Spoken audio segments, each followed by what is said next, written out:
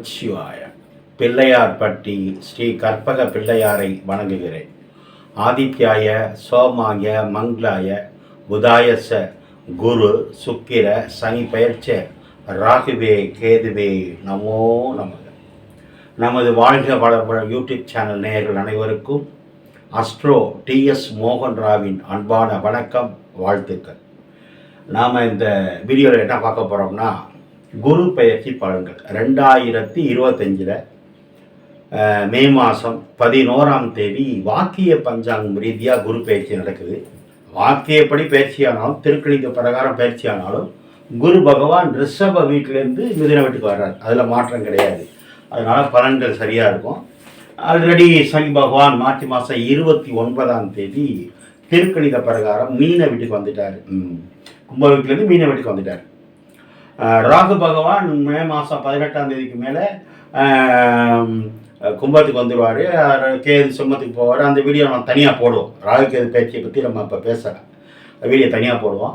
ஏற்கனவே நம்ம குரு பயிற்சியை பற்றி ஒரு சிறப்பு வீடியோ வெளியிட்டிருக்கோம். அதிர்ஷ்டம் பெறும் ராசிகள் அப்படின்னா 5 ராசிகள் போட்டிருக்கோம். நிறைய பேர் பார்த்துட்டு வாழ்த்து சொன்னீங்க, நன்றி சொன்னீங்க. ஒரு சிலர் கூட கீழே இருக்க என் நம்பருக்கு உங்கள் ஜாதகத்தை அனுப்பி ஜாதக பலனும் தெரிஞ்சுக்கிட்டீங்க. சரி, இப்போ குருனா யார், அதை பற்றியெல்லாம் நம்ம பேசுனோம்னா டைம் அதிகமாகும். அதனால் நேரடியாக செய்திக்குள்ளே போயிடுவோம். இப்போ ஒரு வருஷத்துக்கு மிதுன வீட்டில் தான் குரு பகவான் இருப்பார்.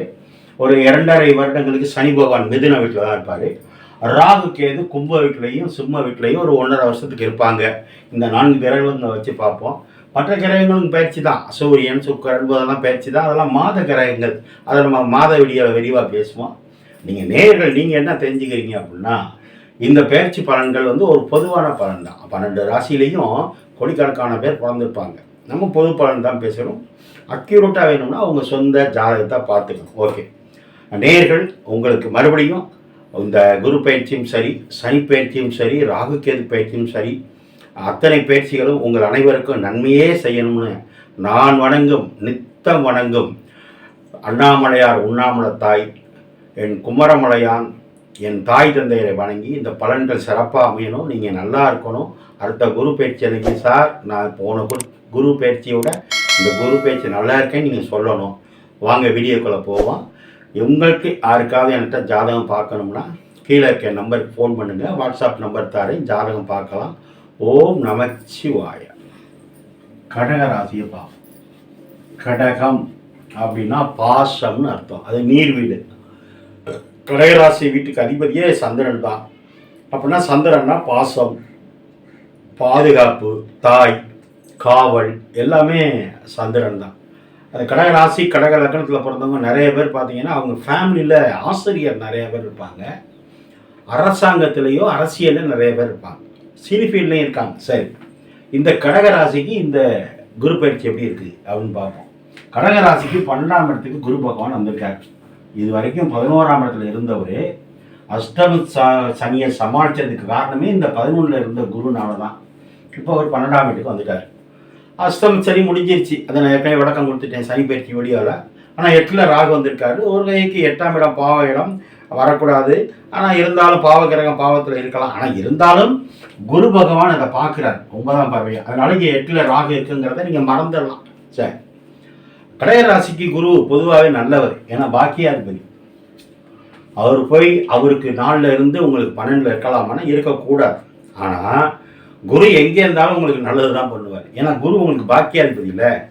நல்ல இடத்துல இருந்தால் நிறையா கொடுப்பாரு, தள்ளி இருந்தால் லேட்டாக கொடுப்பார், அவ்வளோதான். ஆனால் 12ஆம் இடத்துல தனியாக போய் இருக்கலாமான்னா இருக்கக்கூடாது. ஆனால் என்ன ஜோதிடம் சொல்லுது, குரு பார்க்க கோடி நன்மை உண்டு. அப்போ ராசிக்கு 5ஆம் பார்வையாக 4ஆம் இடத்தை பார்க்குறார். உங்கள் ராசிக்கு 6ஆம் இடத்தை 7ஆம் பார்வையாக பார்க்குறார். உங்கள் ராசிக்கு 8ஆம் இடத்தை 9ஆம் பார்வையாக பார்க்குறார். 4ஆம் இடம் சிறப்பு வலுப்பெறுது, 6ஆம் இடம் சிறப்பு வலுப்பெறுது, 8ஆம் இடம் சிறப்பு வலுப்பெறுது. ஓகே, அப்போ 4ஆம் இடத்தை பார்க்குறதுனா என்ன சார் கிடைக்கும்? முதல்ல உங்கள் உடம்பு நல்ல ஆரோக்கியமாக இருக்கும். குரு பார்க்கும்போது கெட்ட எண்ணங்கள் கெட்ட சிந்தனைகள் குறையும். 4ஆம் இடம்னா உங்கள் மனசு. அப்போ உங்கள் மனசு நல்லா இருக்குது. சந்திரனாலே மதிகாரன் மனசு. அப்போ 4ஆம் இடங்கிறது மனசு.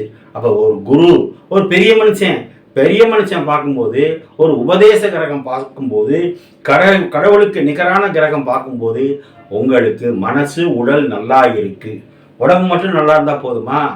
உங்களுக்கு யாருக்காவது வயசானவங்க இருந்து மருத்துவ சிகிச்சை நடந்தால் இப்போ மிகப்பெரிய முன்னேற்றம் உண்டு.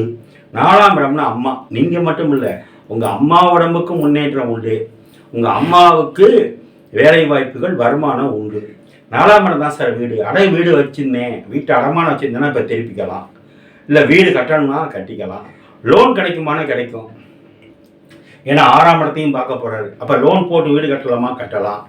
புதுசாக இடம் வாங்கி போடலாமா? போடலாம். அதெல்லாம் வேணாம் சார், நான் ஃபாரின் போகலாம் குரு 12ல் இருக்கும்போது. இப்படி 4ஆம் இடம், உங்கள் அம்மாவின் உடல்நிலையில் முன்னேற்றம் உண்டு. இப்படி சொல்லிகிட்டே போகலாம். உங்களுக்கு 4ஆம் இடம் என்பது நீங்கள் போடுற ட்ரெஸ்ஸு. அப்போ விதவிதமான ட்ரெஸ்ஸு வாங்க போகிறீங்கன்னு அர்த்தம். ரைட்.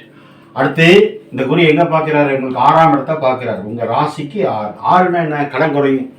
அட்டமத்து சனியில் நிறைய பேர் கடன் வாங்கி குமிச்சுப்பிய. உங்கள் வருமானத்துக்கு தகுந்த வீடு கட்டினேன் வாங்க சார், வேலைக்காக வாங்கினேன் சார், கல்யாணத்துக்காக வாங்க, இப்படி தேவையில்லாமல் வாங்கி மாட்டிக்கிட்டீங்க. நிறையா பேருக்கு நானே ஜாதகம் பார்த்து பலன்னு சொன்னேன். வாங்கியிருந்தா அந்த கடன் குறையும். ஏன்? குரு பார்க்க போகிறார். குரு பார்வை பணத்தை கொடுக்கும். குரு பார்வை நல்ல வேலையை கொடுக்கும். நிறைய பேர் வேலையை விட்டுட்டு வெளியே வந்தீங்க ஒரு சிலர். அப்போ அவங்களுக்கெல்லாம் நல்ல வேலை கிடைக்கும். ஆனால் வெளியில் கிடைக்கும், உள்ளூரில் கிடைக்காது. எப்போவுமே கடகராசிக்காரங்க உள்ளூரில் இருக்கிறத விட வெளியூரில் இருக்கிறது நல்லது. கடகராசியோ கடகலக்கணமோ வெளியூர் போனால் தான் உங்கள் மதிப்பு உங்களுக்கு தெரியும். சரி, அப்போ புதிய வேலை கிடைக்க போகுது, அல்லது செஞ்சிட்டு இருக்க வேலையில் ட்ரான்ஸ்ஃபர் கிடைக்கும், செஞ்சிட்டு இருக்க வேலையில் பதவி உயர்வு கிடைக்கும். ஏன்னா இந்த குரு 5ஆம் இடத்துக்கு 2ஆம் இடத்துல இருக்காரு. அப்போ 2ஆம் இடம்னா வருமானம், 5ன்னா பதவி உயர்வு. அப்போ பதவி உயர்வு கிடைச்சி வருமானம் வரத்துக்கு வாய்ப்பு இருக்குது. இடமாற்றம் உண்டு, பதவி உயர்வு உண்டு, தொழிலையும் மாற்றம் உண்டு. 6ஆம் இடங்கிறது சர்வீஸ். நீங்கள் செய்கிற வேலைக்கு அங்கீகாரம் முதல்ல கிடைக்கும் குரு பார்க்கறதுனால. ஒரு நாள் வேலை பார்த்துக்கிட்டே இருந்திருப்பீங்க, முதலாளிட்டேருந்தோ மேல் அதிகாரிட்டேருந்தோ நல்ல பேர் கிடைச்சிருக்காரு. இப்போ இவர் தான் வரணும், இவர் தான் இந்த வேலையை பார்க்கணும்னு ஒரு அங்கீகாரம் கிடைக்கும். சார், கடகராசிக்கெல்லாம் இந்த குரு 12ல் மறைஞ்சாலும் அவர் அங்கேயிருந்து ஜென்மத்துக்கு வர்றதுக்குள்ள மிகப்பெரிய பொருளாதார மாற்றம், இடமாற்றம், பொற்காலத்தை அவங்க கொடுத்துட்டு தான் போவார். ரைட். அடுத்து 8ல் குரு, 8ல் ராகு இருக்காரு. அந்த இடத்த குரு பார்க்குறாரு. 8ன்னா ரகசியம். ராகு அங்கே வந்தால் என்ன பண்ணுவோம்? இரவு பணியில் இருக்கிறவங்களுக்கு யோகம் யோகம் யோகம். 8ன்னா ரகசியம், 8ன்னா இருட்டு, 8ன்னா திடீர் பயணம், 8ன்னா திடீர் விபத்து உண்டு, திடீர் பண வரவும் உண்டு. எல்ஐசி அமௌண்ட்டு, வராத பணம், பினாமி சொத்து, ரகசியமாக வர்ற பணம் எல்லாமே 8. அங்கே ராகு வர்றார். ராகு யார்? பிரம்மாண்ட கிரகம். அப்போ அதை குரு பார்க்குது. அப்போ அவர் யார்? பிரம்மா, பெரும் தொகைக்கு அதிபதி, பெரும் பதவிகளுக்கு அதிபதி. இப்போ இவ்வளோ உங்களுக்கு கிடைக்க போகுது.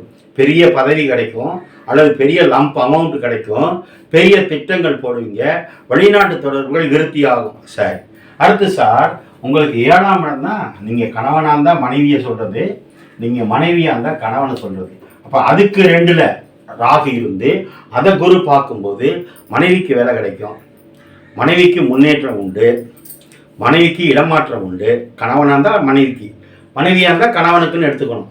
ஆனால் கணவனுக்கோ மனைவிக்கோ பல்லுக்கோ கண்ணுக்கோ மருத்துவ செலவு வரும். 12ஆம் இடம் படுக்கை சுகம். அங்கே குரு இருக்காரு. படுக்கை அறையை மாற்றுவது, படுக்கையை மாற்றுவது. குருன்னா சொகுசுன்னு அர்த்தம். அப்போ மெத்த மாற்றுறது, படுக்கிற இடத்த நான் சொன்ன மாற்றுறது. வெளியூர் பயணங்கள் அதிகம் உண்டு, பிரயாணங்கள் அதிகம் உண்டு. ஏற்கனவே கடகராசிக்காரங்க ஒரு இடத்துல இருக்க மாட்டீங்க. டருன்னு 2 வீலர்லையோ கார்லையோ பறந்துட்டு தான் இருப்பீங்க. அங்கே குருவும் 12ல் மறைஞ்சா அப்போ பயணங்கள் அதிகரிக்கும், வெளிநாட்டு தொடர்பு உண்டு. 9ஆம் இடத்துல சனி இருக்கக்கூடாது. ஆனால் 8ல் இருந்ததுக்கு 9 பரவாயில்ல. பாராப்பட்டு போனீங்க இந்த அஷ்டம சனியில். நான் தான் உங்களை ஜாதகம் பார்த்து நிறைய பேர் காப்பாற்றி வச்சேன். 9ல் சனி வரும்போது அவருக்கு நல்ல குரு வந்தால் அப்பாவின் உடல்நிலை கவனம் கவனம் கவனம். அம்மாவுக்கு நல்லா இருக்கு, ஆனால் அப்பாவுக்கு மருத்துவ செலவு அதிகமாகும், கவனமாக இருக்கும். ஆக இந்த குரு பகவான் கடகராசிக்கு 12ஆம் இடத்தில் மறைந்தாலும் அவர் ஒரு பாக்கியாதிபதி என்பதால் அவர் எங்கே பண்ற கட்டத்தில் எங்கே இருந்தாலும் கடகராசிக்கு நன்மையை மட்டுமே செய்வாரே தவிர தீமை செய்ய மாட்டார். இந்த குரு பயிற்சியை வரவேற்கலாம்.